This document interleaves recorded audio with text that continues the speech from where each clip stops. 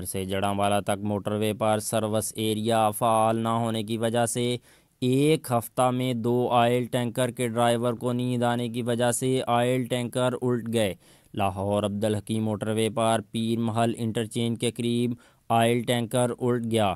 Lahore Abdul Hakim motor وے پر oil tanker 48,000 letter petrol لے کر کراچی سے شیخوپورہ جا رہا تھا کہ پیر محل انٹرچینج سے 5 کلومیٹر عبدالحکیم کی طرف ڈرائیور کو نیند آنے کی وجہ سے الٹ گیا۔ اطلاع ملتے ہی ریسکیو 1122 کے ڈسٹرکٹ ایمرجنسی افیسر میاں فراز منیر اپنی ٹیم کے ہمراہ موقع پر پہنچ گئے اور امدادی کارروائیاں شروع کر دیں۔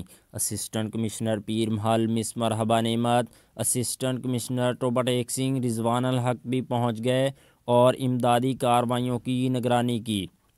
موٹر وے پولیس نے ہر طرح کی ٹریفک کو پیر محل انٹرچینج سے درخانہ انٹرچینج تک بند کر دیا۔ موٹر وے بند ہونے سے شہریوں کو شدید مشکلات کا سامنا کرنا پڑا۔